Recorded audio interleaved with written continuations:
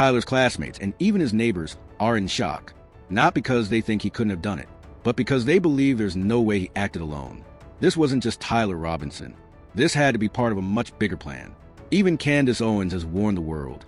Tyler Robinson might be innocent, or at least not the only one involved. And then, in a jaw-dropping courtroom moment, Tyler broke his silence. He apologized. He confessed. And then he exposed the very people he was protecting. He revealed the truth about the real killer behind Charlie's death. So, who's really pulling the strings? And what happens next? Stay with me, because the official story is falling apart. On September 10th, 2025, America's conservative movement lost one of its most powerful voices. Charlie Kirk, founder of Turning Point USA, was fatally shot during his Prove Me Wrong campus tour at Utah Valley University. One bullet, one moment, and his life ended right there before thousands of witnesses and millions more online who saw the shocking footage spread like wildfire. But something is not right. I can feel it, and I need you to open your eyes too. Within just 33 hours, authorities claimed they had their man, Tyler Robinson, 22 years old. He surrendered to police with his parents and a family friend. The case looked simple.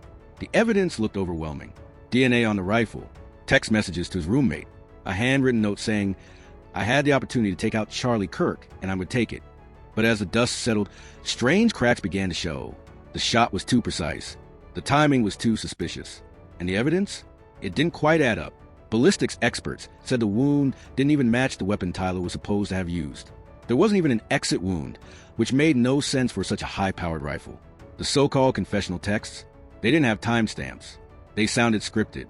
And even the language didn't feel like Tyler's at all.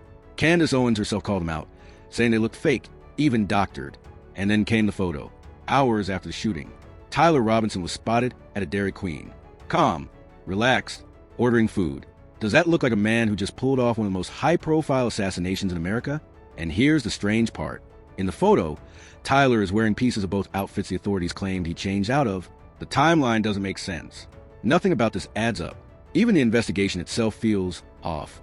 Local police were pushed aside almost immediately.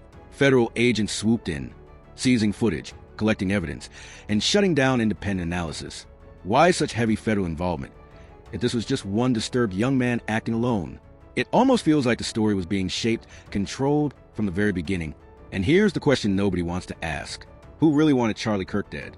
In the months leading up to his death, Kirk faced unbelievable pressure from donors, from insiders, from powerful voices who didn't like where he was taking Turning Point USA. He was being pushed to change his stance on Israel. He was warned to cut ties with controversial speakers. He was even planning a financial audit of his own organization, a move that could have exposed serious corruption. Charlie Kirk was a man under siege. Financial pressure, psychological warfare, even spiritual attacks. And then, just weeks later, he was gone. But what makes this story truly chilling is what happened after. Donors who had been pressuring Kirk suddenly praised him. The FBI rushed to close the case. Media outlets went into overdrive to shut down any questions. And Tyler Robinson? A 22-year-old with no military background, no history of violence, and no real motive, was left holding the blame. Was he really the shooter? Or just a convenient fall guy? The truth is simple. This was too clean, too coordinated, too polished. The rooftop shooter in the video, he wore tactical gear. The ballistics didn't match.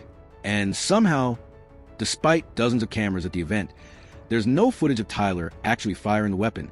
So what really happened on September 10th, 2025? Was Tyler Robinson the killer? Or was he set up, used as a pawn in a much bigger game? One thing is certain. Charlie Kirk's death was not just an accident of fate.